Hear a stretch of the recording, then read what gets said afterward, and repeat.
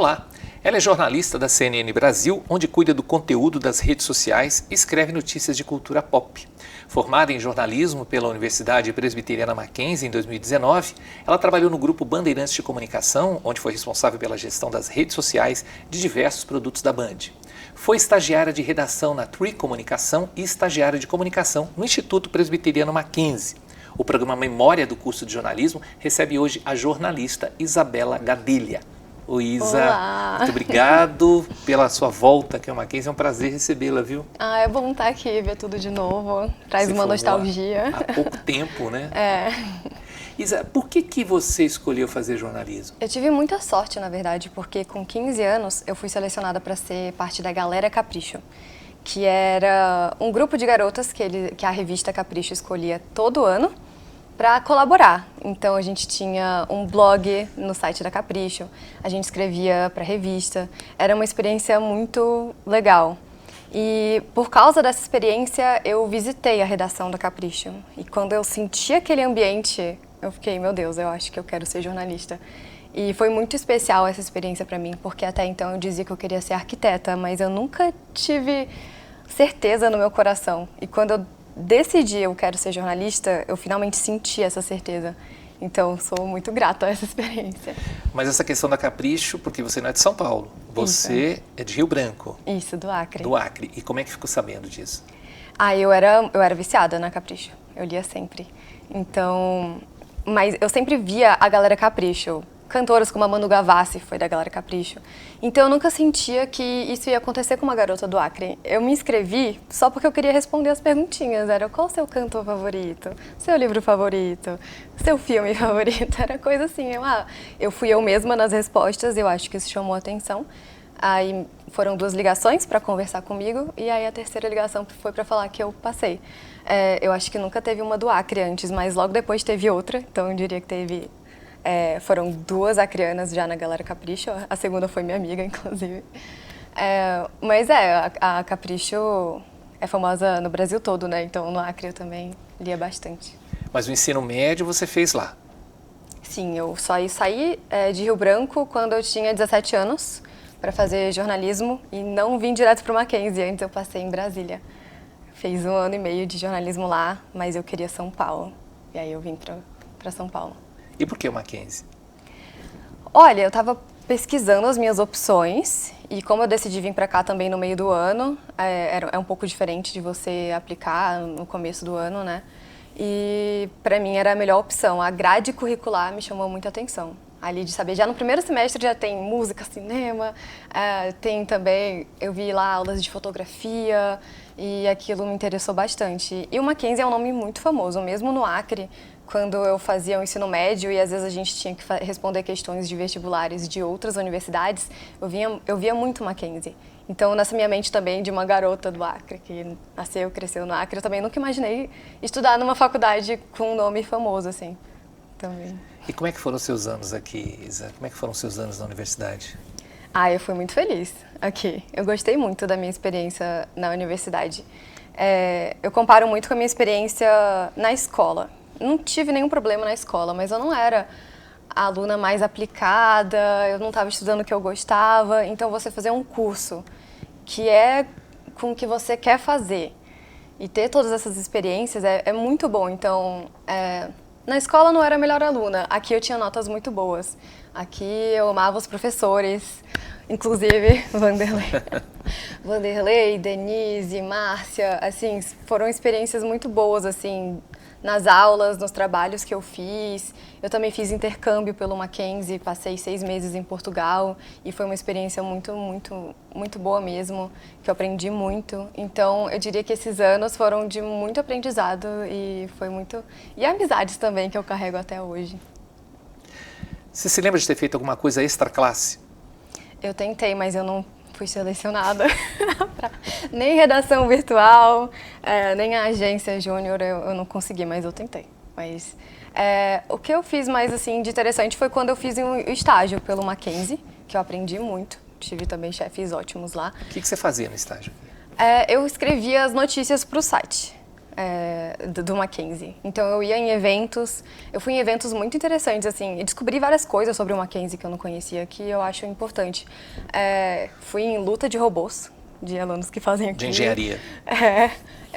Eu também conheci um pouco do teatro, que tem aqui, do coral, e também descobri o EJA do Mackenzie também. Conversei com pessoas que do EJA já conseguem bolsa para entrar na graduação. Que é o ensino de jovens e adultos, né? Isso, eu vi eles tendo aulas de inglês e, enfim, eu achei muito legal, foram experiências boas. Dentro o que te marca mais, assim, em termos de disciplinas, de conteúdo? Porque eu sei que você sempre teve uma tendência a uma questão mais cultural. O que você se lembra das disciplinas que foram mais marcantes? Nossa, eu gostava muito de semiótica da cultura com a Denise. Abre a sua mente, assim. E eu também amei rádio. Eu não esperava amar tanto rádio. Para mim foi meio difícil no começo, porque a primeira aula você tinha que falar jornalistas de rádio que você conhecia e tudo mais. Eu sou do Acre. Lá tem 3 estações de rádio, eu não conhecia nada. Então, no começo eu fiquei, meu Deus, não conheço nada. Que é isso, eu vou ter que, aprender aqui. E eu não gostava muito da minha voz, mas tendo as aulas e fazendo os programas de rádio, entrevistando pessoas que eu admirava, que eu vou atrás, né? Tem que entrevistar pessoas. Não vou chamar meu primo, não, eu vou atrás de uma escritora que eu gostava e de um designer, um ilustrador que eu gostava. Trouxe eles aqui, a gente entrevistou e foi muito legal. São aulas que eu gostei muito. Isa, quando você escolheu fazer jornalismo, né, você já sabia que o diploma não era obrigatório para o exercício da profissão. Isso não te incomodou? Teve familiares que questionaram também. Eu lembro de um dia, assim, meus pais, eles sempre me apoiaram, ao mesmo tempo que eles tinham medo de eu escolher jornalismo. Porque eu sou do Acre, falando 1000 vezes isso aqui. Mas lá o mercado de trabalho é muito difícil para o jornalista, eles estavam com muito medo. E eu lembro de ter um dia num almoço em família em que vários familiares tentaram me convencer a não fazer jornalismo. A minha sorte é de, com a experiência da Capricho, eu pude conversar com uma estagiária, a Fernanda, que super tirou todas as minhas dúvidas. E eu nunca não pensei em não fazer jornalismo. Eu entendo que não é obrigatório, mas eu não me imagino exercendo essa função sem a faculdade. Apesar de eu conhecer uma jornalista que eu acho incrível e ela não tem diploma, mas ela escreve textos incríveis e tudo mais, mas eu acho que realmente essa experiência foi muito importante e é um mercado de trabalho difícil. Se você não tiver a formação no currículo, com certeza vai significar alguma coisa ali para você conseguir uma vaga. Você acha que para o jovem é importante a experiência universitária, passar pela faculdade? Sim, até para a gente aprender um pouco mais sobre a ética, sobre casos famosos, ter a experiência e o currículo, né? A grade curricular do jornalismo, ela é muito variada. Então você também descobre coisas que você não se interessava antes e olha, gosto de rádio, eu nunca imaginei. Então eu acho que é uma experiência que quem quer ser jornalista tem que passar, sim. Você se formou há pouco tempo, 2019. Mesmo assim, dá para dizer que o jornalismo de lá para cá mudou? Eu acho que sempre. É uma coisa que quando você vai fazer jornalismo, você tem que entender que toda hora está tendo alguma mudança e você vai ter que se adaptar rápido. Então é sempre uma experiência aí que você vai ter que saber, vai passar. Fala um pouquinho da sua experiência ao sair da faculdade, que eu lembro que você já estava fazendo estágio, né? Como é que foi todo esse processo até chegar aos dias de hoje? Na verdade, eu já entrei para a vaga já CLT da Band no meu último semestre, então eu tive que lidar com fazer o meu TCC e trabalhar já na Band. E esse é um processo seletivo que foi ótimo, porque é isso, eu vim aqui para São Paulo sem conhecer ninguém, eu não sou uma nepo baby, que se chama agora, então para você entrar nos lugares que você quer, às vezes você tem que conhecer alguém e, enfim, é um pouco mais difícil. Esse processo seletivo da Band, ele foi aberto para o Brasil todo, você mandava um vídeo de 1 minuto e eu passei, foi um grupo bem legal que passou, foram eu e mais 5 pessoas de origens diferentes, foi eu, uma paraguaia, um maranhense, foi muito legal. E aí foi quando eu tive bastante experiência, conheci bastante pessoas e trabalhei, né, conheci um pouco o mundo da TV, que é muito interessante, e entrei de paraquedas no mundo das redes sociais, de fazer conteúdo para as redes sociais. Então foi muito legal essa experiência. E hoje você faz exatamente o que na CNN? Eu faço também conteúdo das redes sociais, de vários programas, e hoje em dia, de vários programas, mas a gente também tem o CNN Pop, que é conteúdo de cultura pop, né, nessa marca da CNN nova. E também escrevo notas para o site, e eu também tenho um quadro próprio que eu consegui, que é o K-Tudo CNN, que é conteúdo de cultura pop sul-coreana, que eu fiz um PPT para convencer minha chefe de que a gente devia fazer isso, falar de K-pop, de K-drama, da Hallyu, que é como a gente chama a onda coreana. E ela topou e a gente tem feito. Então eu também entrevisto astros de K-pop às vezes. Quando você estava na faculdade, você imaginava isso? Quer dizer, vou trabalhar na televisão, vou trabalhar com cultura pop? Desde que eu entrei na faculdade eu queria cultura pop. Então, ao mesmo tempo que eu amei os meus estágios, nenhum deles eram nas áreas que eu queria. Aí eu via, assim, colegas trabalhando com várias coisas que eu queria trabalhar. E eu falava, quando é que vai chegar o meu momento? E eu acho que a gente fica, né, com pressa de chegar onde a gente quer, mas às vezes é só uma paciência que vai rolar uma oportunidade, não desiste. E aí, na Band eu comecei com Hard News. Até que 6 meses depois eu fui pro Pesadelo na Cozinha, então comecei ali o entretenimento. E, enfim, lá eu conheci a minha atual chefe, que quando ela foi para a CNN e viu que a CNN queria investir em cultura pop, ela falou, a gente tem que ter a Isa aqui, e ela me puxou. Legal. E, enfim. Você acha que a televisão ainda tem força, Isa, apesar da internet, apesar do YouTube, apesar de todas as informações que a gente vê cotidianamente? Você acha que a televisão ainda tem força? Eu acho que Mesmo sim. a TV paga? Eu acho que sim. Sim, com certeza. Eu acho que até tem um glamour na TV, eu diria, que não tem na internet. Que a internet é bem democrática, o que é ótimo. É um pouco mais difícil você aparecer na TV, então tem bastante digital influencer que super quer aparecer na televisão, porque tem uma credibilidade também, tem uma força que eu acho que não vai acabar. Mas definitivamente tem que ser algo... A TV não pode simplesmente ignorar o poder da internet. E a mesma coisa, eu diria. Na Band era uma experiência muito interessante, porque o meu trabalho era pegar pautas que iam para a TV e transformar elas, adaptar elas para a internet. E teve uma vez que foi muito legal, que eu fiz uma matéria que a TV gostou tanto, que foi da TV para a internet, da internet para a TV de volta. Então foi bem legal essa experiência. No começo as pessoas ficavam um pouco incomodadas ali, os jornalistas, de terem que mudar certas coisas do cotidiano deles para a gente da internet entrar e atrapalhar um pouco. Mas deu tudo certo no final, todo mundo acostumou. Mas é isso, tem que cortar notícias da TV para a internet. E uma coisa que eu acho legal da CNN também é que você pode assistir a TV em várias plataformas, inclusive na internet. Então, não ignorar isso, né? E deixar com que mais pessoas tenham acesso também. É possível dizer que alguma coisa da faculdade você leva para o seu cotidiano, para o seu trabalho, para a sua área de investimento, né, do profissional? Com certeza. Eu acho que eu aprendi muito também na disciplina de audiovisual, ali de fazer... Tem pequenos errinhos que você faz na faculdade, aí você aprende e você leva para a vida toda também. Tô tentando lembrar, mas do audiovisual ali eu lembro de, por exemplo, não fazer entrevistas com fundo branco atrás de você. Coisas assim que você... Pequenos detalhes que fazem toda a diferença no dia a dia. Texto. Eu lembro até hoje uma coisa que o Gurgel me ensinou no meu texto, que eu não percebia um erro que eu fazia, que até hoje eu lembro, nossa, eu aprendi jornalismo esportivo com o Gurgel. Então, essas coisas a gente leva para a vida toda. Do TCC, você aproveita alguma coisa? Muito! O TCC foi muito importante para mim.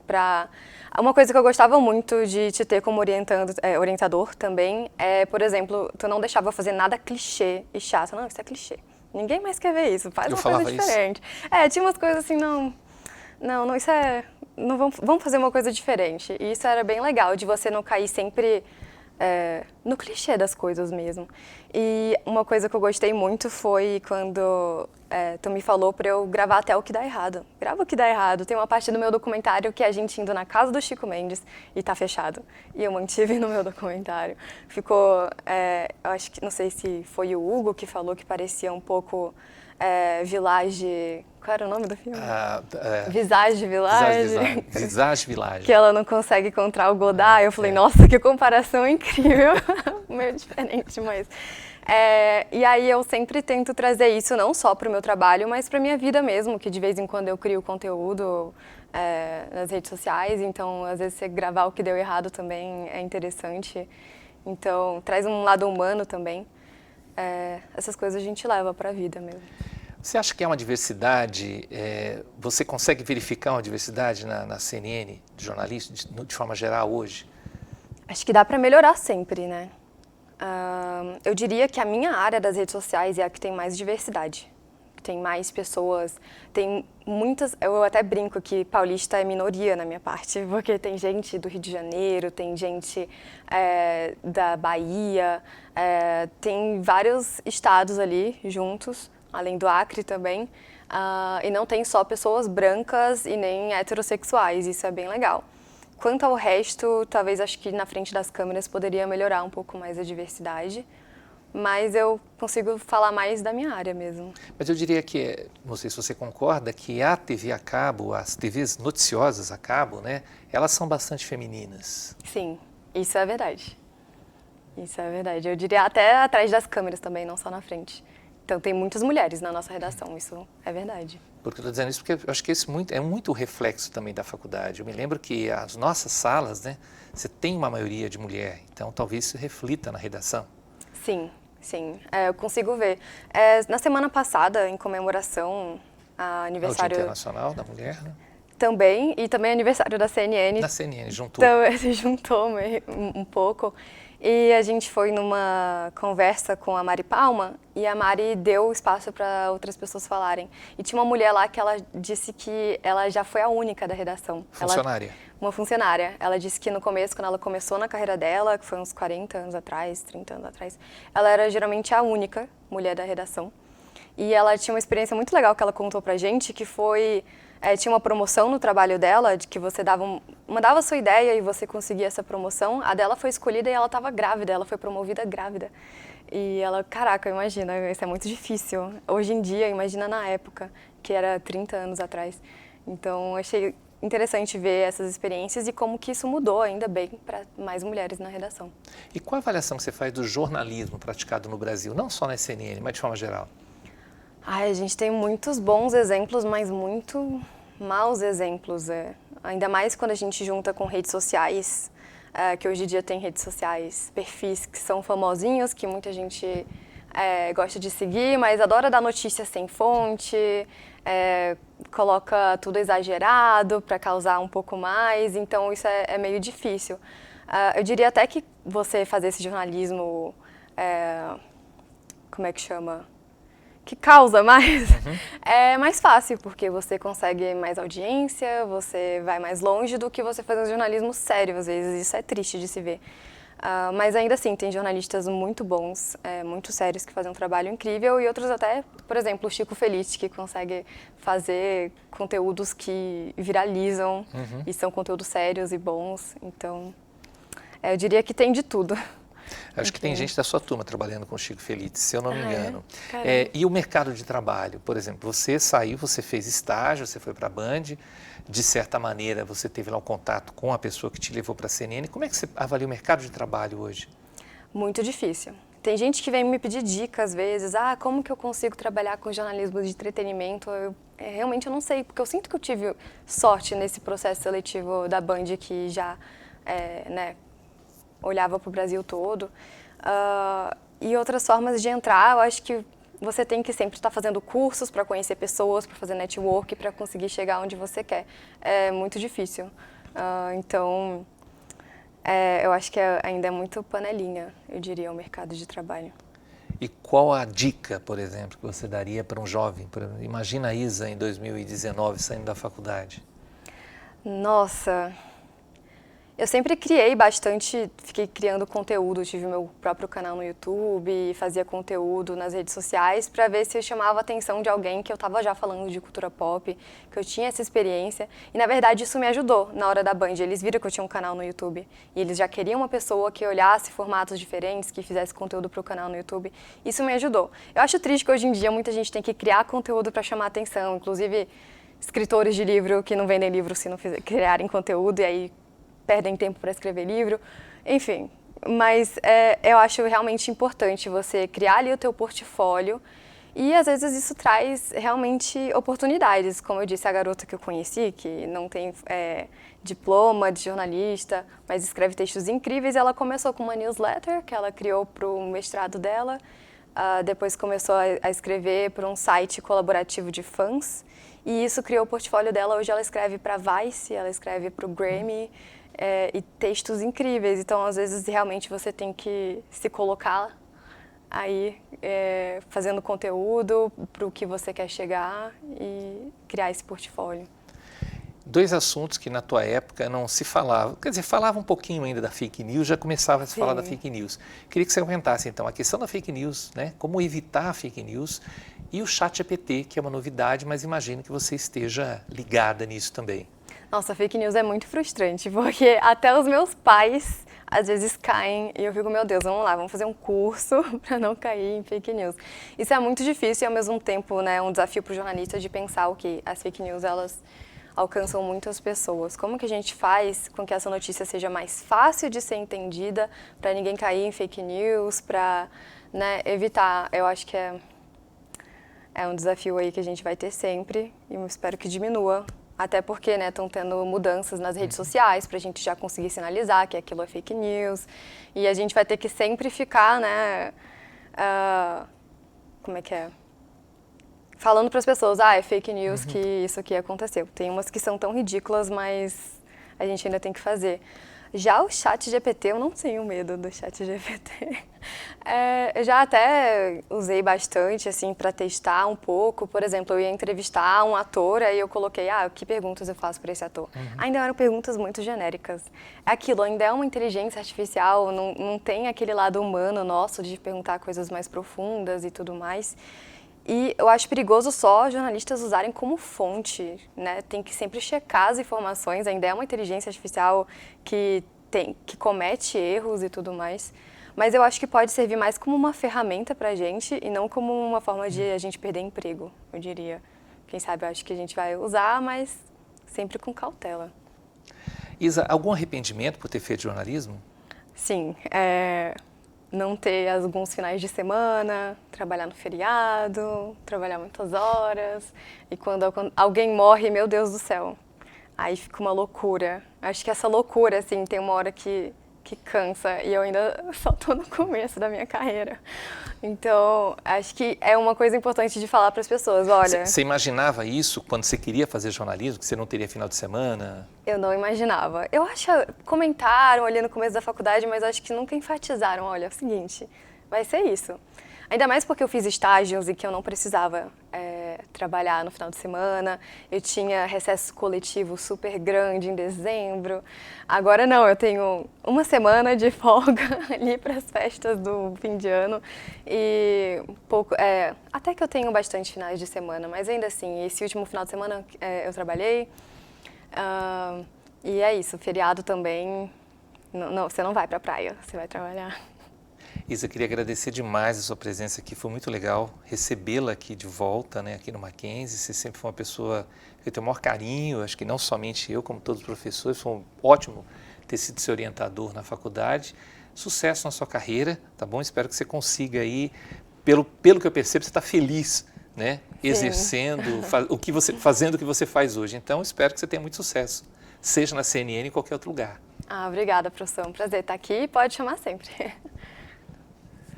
E o nosso muito obrigado também a você que nos acompanhou até aqui. Até o próximo programa.